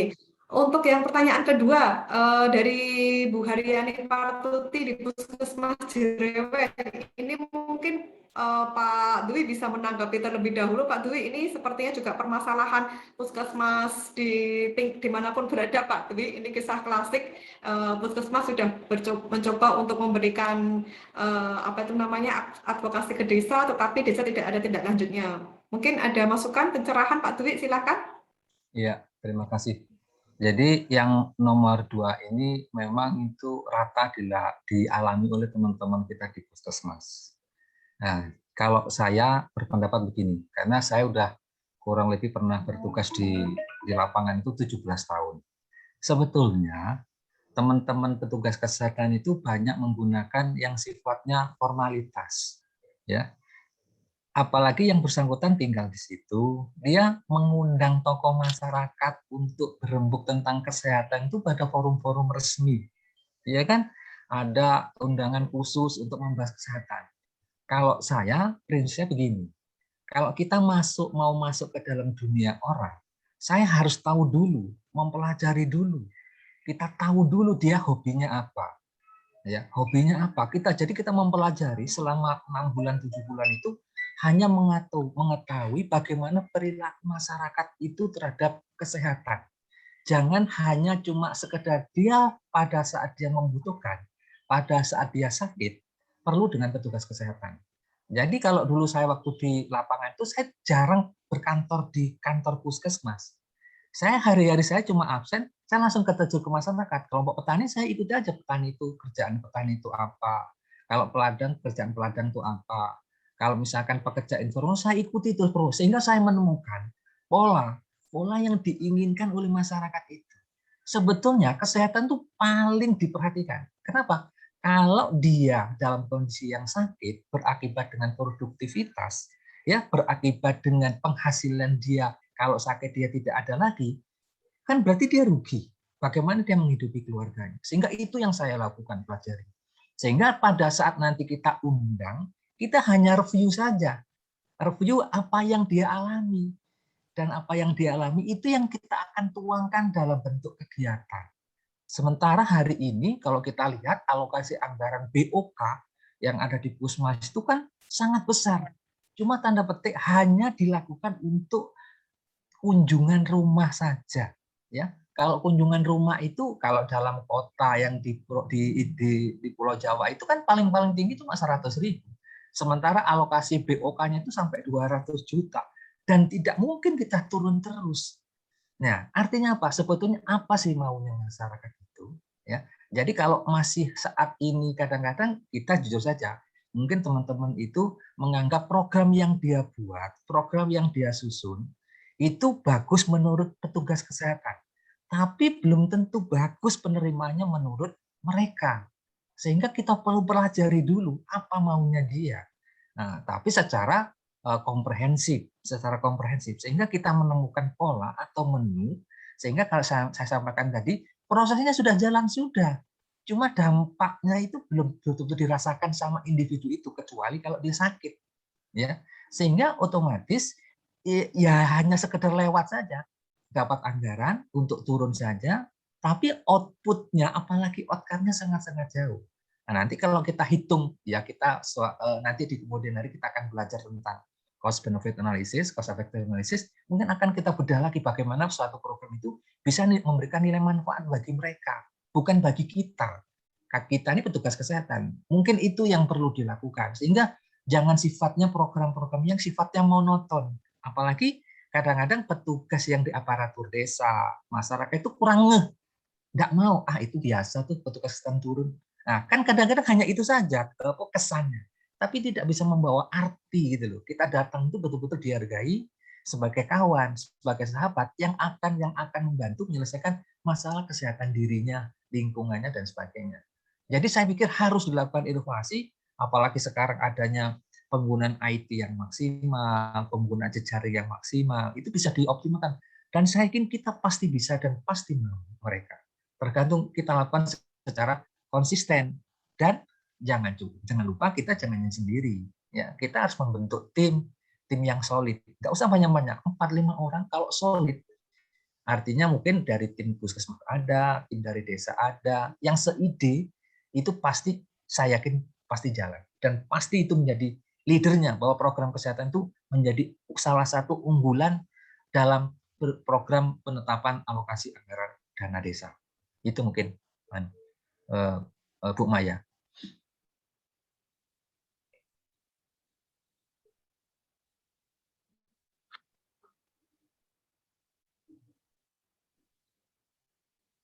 Halo.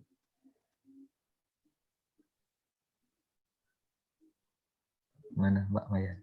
Banyak sekali teman-teman puskesmas yang sudah mencoba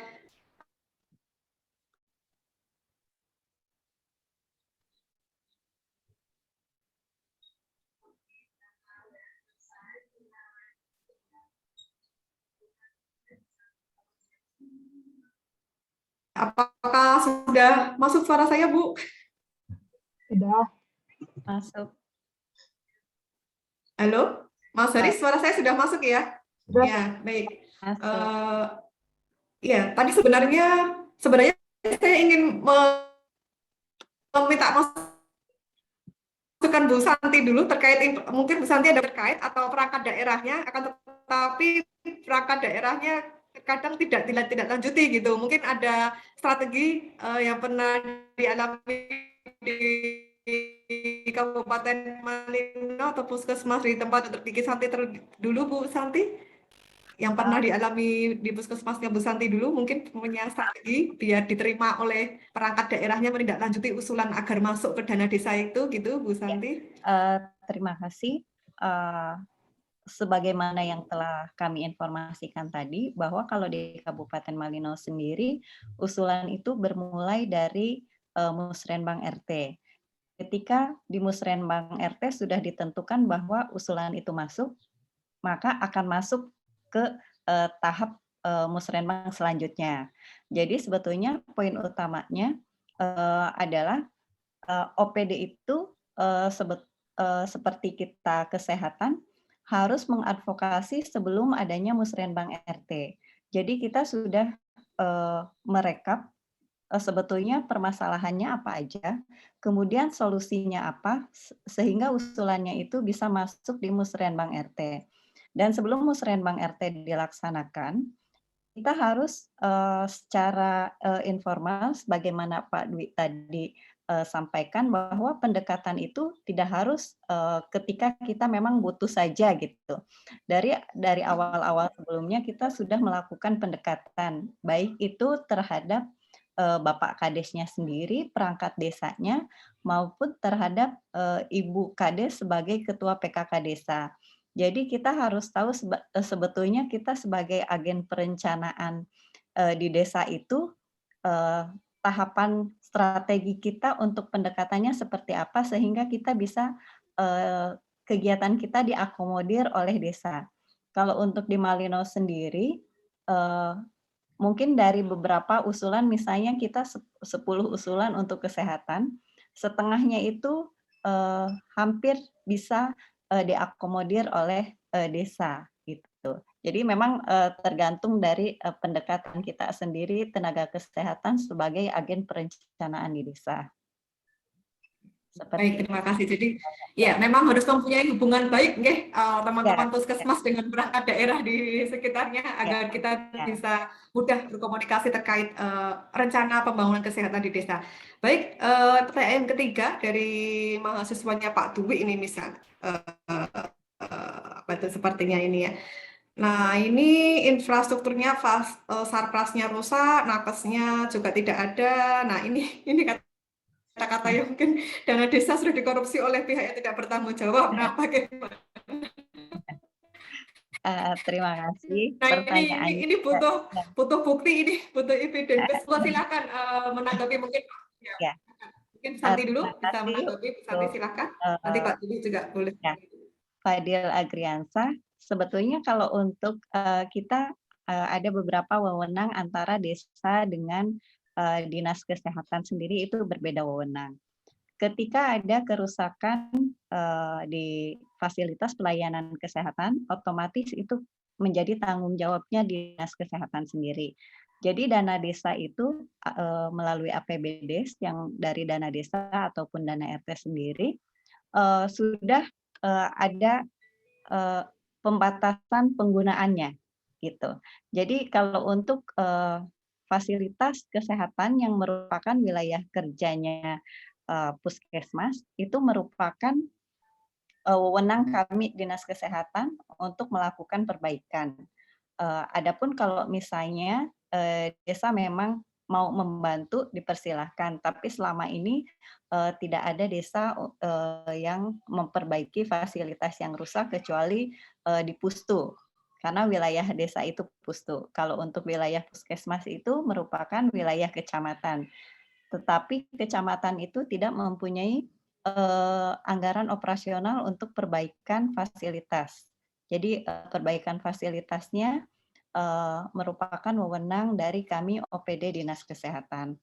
Untuk dana desa yang dikorupsi sendiri, sebetulnya itu bukan kewenangan kami dalam menindaklanjuti, karena Pemda sendiri mempunyai tim evaluasi APBDes yang terdiri dari Bapeda, Dinas Pemberdayaan Masyarakat Desa, kemudian bagian keuangan dan inspektorat.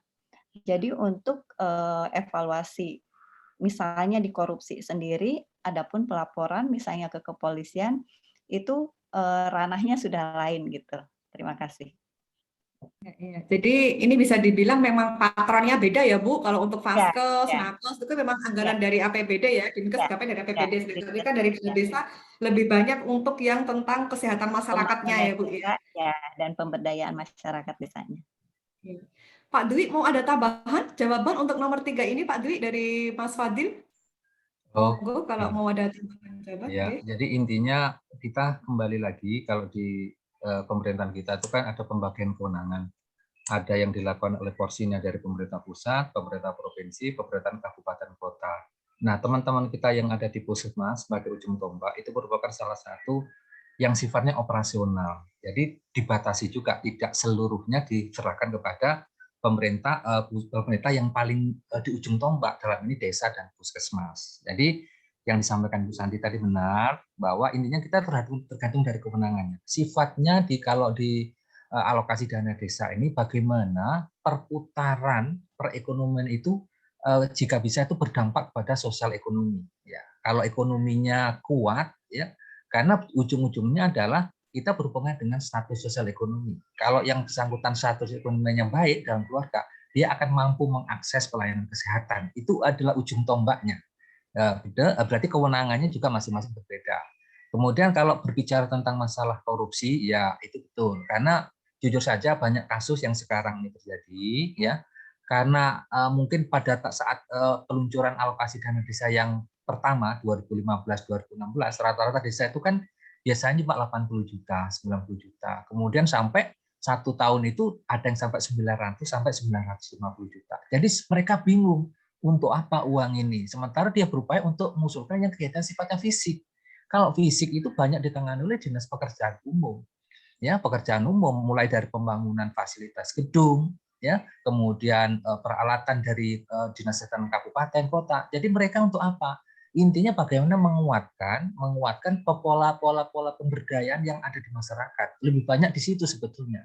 Nah, harusnya teman-teman kita berupaya untuk menangkap peluang itu. Ya, karena di BOK juga ada juga alokasi anggaran kunjungan rumah juga. Jadi jangan sampai tumpang tindih. Ya, kalau tumpang tindih itu berbahaya bagi siapa? Ya bagi pelaksananya juga. Karena tim auditor sekarang dari multisektor, ya dari aparat-aparat penegak hukum itu sudah mengincar semuanya. Kalau tidak benar ya langsung di itu. Makanya sebetulnya kita harusnya melakukan pendampingan antara birokrasi dalam hal ini pemerintah kabupaten, provinsi, dan pemerintah pusat dengan misalkan dengan lembaga-lembaga auditor di bidang keuangan. Proses pendampingan itu yang harus secara maksimal. Jadi ada pencegahan dulu, jangan sampai salah. Karena jujur saja, mohon maaf, petugas kesehatan itu rata-rata itu orientasinya tidak sampai segitu.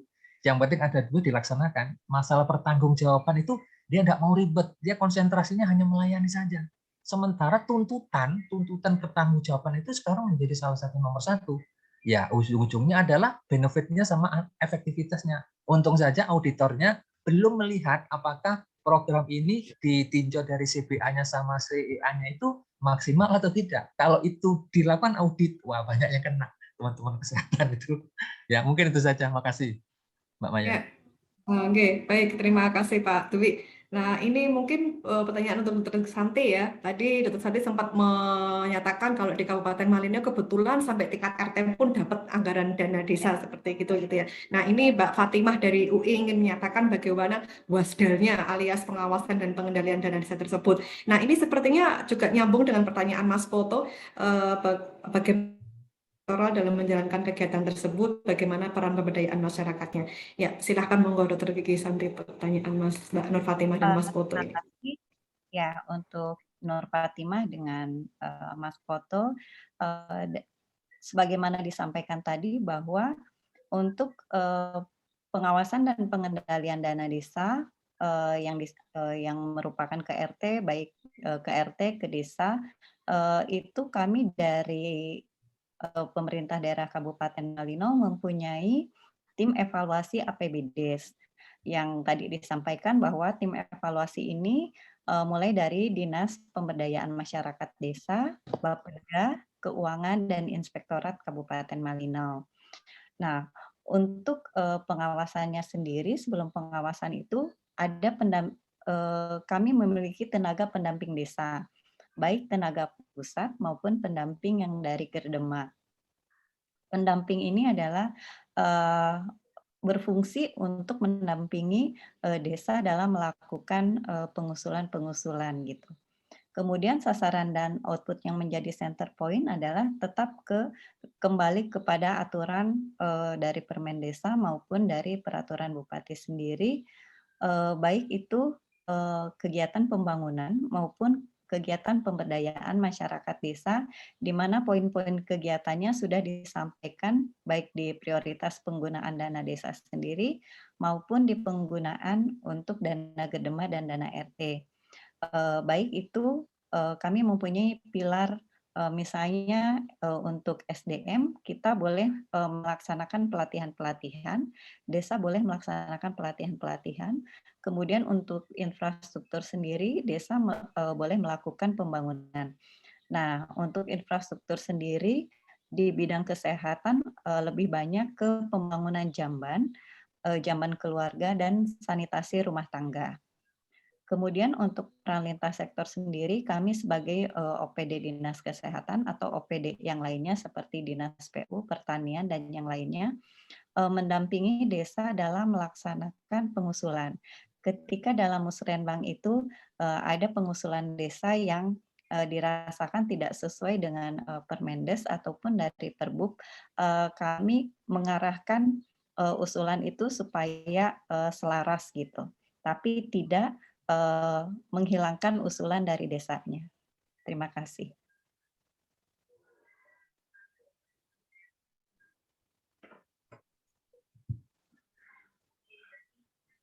Ya, terima kasih jawaban dari Dr.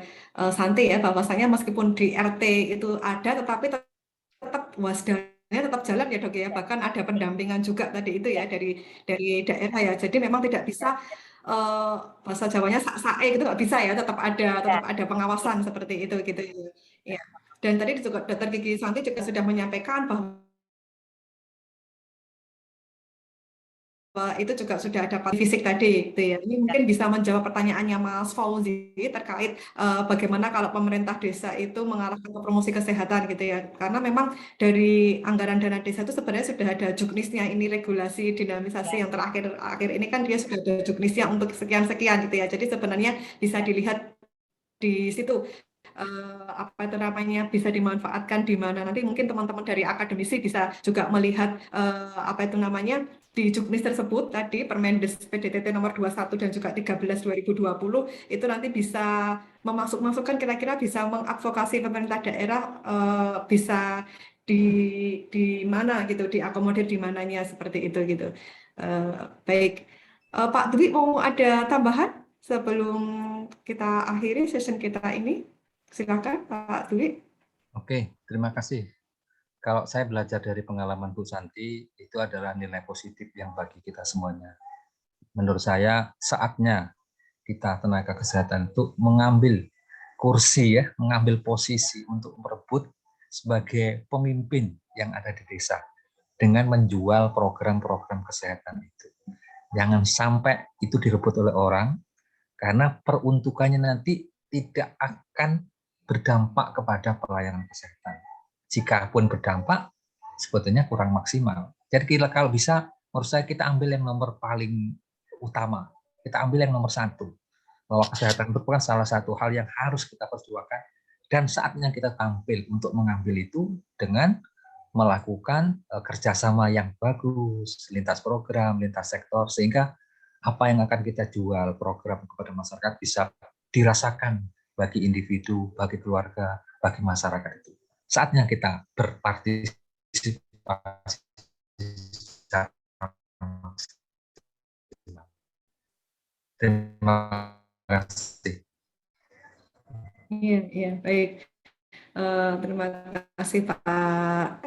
Petugas kesehatan, kita harus mendampingi petugas kesehatan kita di desa sebagai agen perencanaan pembangunan. Porsi Ya, saya sedang menulis ini kata-katanya beliau berdua menarik ini soalnya ini. Ya, baik Bapak Ibu dan teman-teman semua. Ini soalnya ini Pak Dwi, Dr. Gigi Santi, selain dari teman-teman mahasiswa, teman-teman dosen, ada juga teman-teman Dinkes, teman-teman Puskesmas, dan juga teman-teman dari Inspektorat ini Pak Dwi. Kebetulan teman-teman Inspektorat juga lagi mau mengaudit dana desa, jadi mau belajar lebih lanjut dari webinar ini seperti itu. Jadi pengen tahu lebih dalam sebenarnya bagaimana sih dana desanya itu gitu ya. Ya, baik. Terima kasih Dr. Gigi Santi, Pak Dwi. Sedikit saya menyimpulkan bahwa tadi kata-kata yang kita dengar bersama untuk teman-teman yang sebagian besar di sini ada teman-teman tenaga kesehatan, bahwasannya memang mari saatnya kita untuk merebut kursi panas loh, bukan kursi panas ya, merebut porsi kesehatan di dana kesehatan tersebut seperti itu yang tentunya kita apa itu namanya kita berikan untuk tujuan pembangunan kesehatan, karena memang ini Dinkes, Puskesmas sedang refocusing untuk COVID semua ya, sehingga mudah-mudahan dana desa itu bisa membantu untuk kegiatan-kegiatan yang tidak bisa diakomodir di Puskesmas dikarenakan refocusing COVID-19 itu seperti itu ya. Kemudian tadi juga Bu Dr. Gigi Santi menyampaikan bahwasanya monggo teman-teman semua tenaga kesehatan baik di teman-teman Dinkes, saatnya kita menjadi agen perencanaan kesehatan, karena memang tidak mudah menjadi agen perencanaan kesehatan ini Dr. Gigi Santi, dan ini teman-teman kesehatan karena di era akreditasi ini, di era peningkatan mutu pelayanan kesehatan sudah sering mendengar kata-kata PDCA Dr. Gigi Santi, plan, do, check, action gitu ya. Ada perencanaannya, kemudian ada bukti-bukti dokumentasinya, dan juga ada monitoring dan evaluasinya. Nah, itu yang paling penting ini adalah perencanaannya nih, dan setelah perencanaan jadi nanti di apa itu namanya didampingi, dilihat prosesnya, dan juga tentunya dimonitoring dan dievaluasi. Ya, baik Bapak Ibu dan teman-teman semua, mudah-mudahan webinar dari Public Health Literatur Club pada pagi hingga siang hari ini bermanfaat untuk Bapak Ibu semuanya, membuka kacamata Bapak Ibu semuanya, disampaikan dari narasumber studi kasus dari Kabupaten Malino terkait dengan analisa dana desa seperti itu. Nanti mudah-mudahan Bapak Ibu, teman-teman yang di Puskesmas, yang di Dinkes, yang di dosen seperti itu atau pendidik itu bisa mengambil manfaat dari materi pada hari ini, sehingga nanti mungkin tadi hal-hal yang disampaikan, permasalahan-permasalahan yang implementasi yang dihadapi di Kabupaten Malino bisa digunakan untuk di daerah Bapak Ibu yang lain. Baik, saya kira cukup sekian dari saya menghantarkan narasumber yang luar biasa pada siang hari ini. Kita mungkin berikan aplaus terlebih dahulu kepada dua narasumber kita, satu narasumber Dr. Gigi Santi dan juga penanggap Prof. Askobat yang karena ada kegiatan yang lain sudah undur diri di luar, dan juga Pak Dwi Nurjodianto seperti itu. Baik Bapak Ibu dan teman-teman semuanya, mohon maaf jika dalam mengantarkan beliau berdua ini ada hal-hal yang kurang berkenan. Sekian dari saya. Assalamualaikum warahmatullahi wabarakatuh. Untuk selanjutnya akan kami sampaikan kembali kepada Mas MC yang sedang ada di Michigan. Mudah-mudahan tidak tertidur. Mas Haris, halo, selamat malam. Silahkan dilanjutkan halo. untuk kegiatan selanjutnya, Mas Haris. Mana ini Mas Haris? Baik. Oh ya, Baik, Mbak. Silakan Mas Haris. Ya. Terima kasih banyak Mbak Maya sudah memimpin diskusi pada siang hari ini waktu Indonesia dan malam hari waktu saya.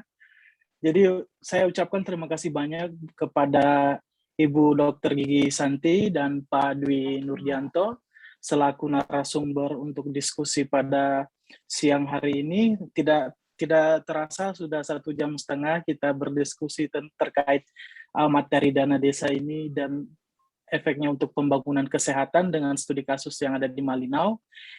Dan ingin saya sampaikan juga, terlaksananya webinar kali ini tidak lepas dari beberapa bantuan dari teman-teman atau mitra kami, partner kami yang ada di Kesmas ID dan juga di LK2PK, yaitu Lembaga Kajian dan Konsultasi Pembangunan Kesehatan yang berbasis di Jakarta, dan juga beberapa partner kami yaitu LKNU dan Sejawat ID. Kami ucapkan juga terima kasih atas bantuan mereka dalam membantu terselenggaranya acara pada hari ini. Dan sangat banyak terima kasih kami ucapkan kepada peserta yang hadir pada pagi hingga siang hari ini, dan hingga sekarang masih tersisa lebih dari 100 peserta. Sangat luar biasa diskusi kali ini. Memang materinya sangat luar biasa dan penanggapnya juga sangat luar biasa. Ada juga tadi Prof. Askobat Gani, salah satu pakar bidang ekonomi kesehatan yang ada di UI. Dan beberapa pengumuman yang akan kami sampaikan juga buat teman-teman atau peserta-peserta dari Dinkes, dari universitas, akademisi, baik itu praktisioner kesehatan yang memiliki publikasi dan ingin publikasinya juga disampaikan dalam acara webinar kami dengan suka rela mengundang Bapak-Bapak dan Ibu-Ibu sekalian untuk berkontribusi di PHLC juga. Dan kami ingatkan kembali bahwa di acara selanjutnya di bulan depan akan kami undang pemateri atau speaker dari Chili, yaitu salah satu profesor yang ada di Universitas Katolik Chili di Amerika Latin. Dan jangan lupa untuk mengisi juga lembar evaluasi yang telah kami sediakan di chat sebagai tanda Bapak-Bapak dan Ibu-Ibu sekalian hadir dalam kegiatan kali ini, sehingga kami bisa juga membuatkan sertifikat untuk Bapak-Bapak dan Ibu-Ibu sekalian yang hadir pada kegiatan kali ini. Oke, kita akan masuk ke sesi terakhir, yaitu sesi dokumentasi. Seperti biasa, mungkin teman-teman yang off kamera bisa di-on-kan supaya kita bisa sama-sama mendokumentasikan acara kita pada pagi dan siang hari ini. Dan kita akan bagi menjadi 3 sesi, karena ada, ini ada 6 ya. Baik, kita akan bagi menjadi 6 sesi. Iya, benar. Kita coba ambil ke 6-6-nya. Mungkin teman-teman yang belum on kameranya bisa di-on-kan, sehingga kita bisa melihat ketampanan dan kecantikan teman-teman semua yang hadir pada diskusi hari ini, supaya bisa terdokumentasi dengan baik pada laporan kami nanti. Begitu, terima kasih. Oke, jika masih ada yang mau menyalakan videonya, kami persilahkan. Izin Mbak Lia, Mbak Erna, teman-teman saya mohon nyalakan kamera.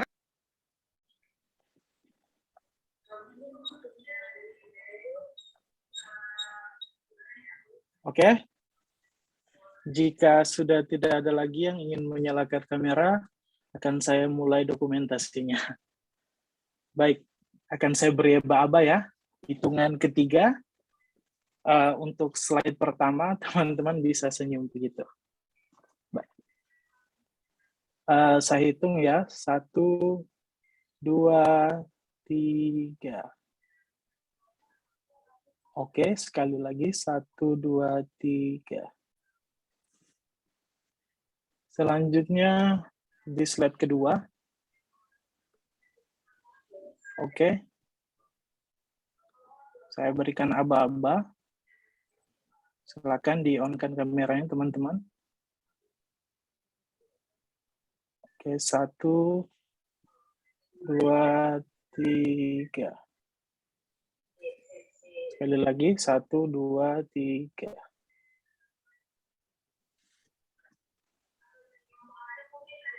Oke, masih ada? Oke, baik. Saya kira cukup ya. Ya, itulah sesi terakhir dari acara kita pada siang hari ini.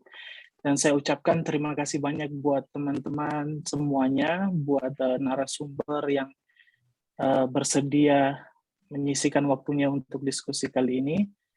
Dan semoga hubungan kita tidak hanya sampai di sini dan akan terus berlanjut ke depannya. di webinar-webinar yang selanjutnya, dan kita akan dipertemukan lagi dalam acara-acara yang lain atau kegiatan-kegiatan yang lain. Dan semoga ini terus terjalin komunikasi di antara kita semua. Atas nama PHLC, saya ucapkan terima kasih banyak untuk semua teman-teman atau semua peserta yang hadir pada webinar kali ini. Dan atas nama PHLC juga, saya memohon maaf jika ada kekurangan dalam pelaksanaan webinar PHLC kali ini. Dan sampai jumpa di webinar PHLC selanjutnya bulan depan. Terima kasih, saya Haris. Assalamualaikum warahmatullahi wabarakatuh. Waalaikumsalam. Waalaikumsalam warahmatullahi wabarakatuh.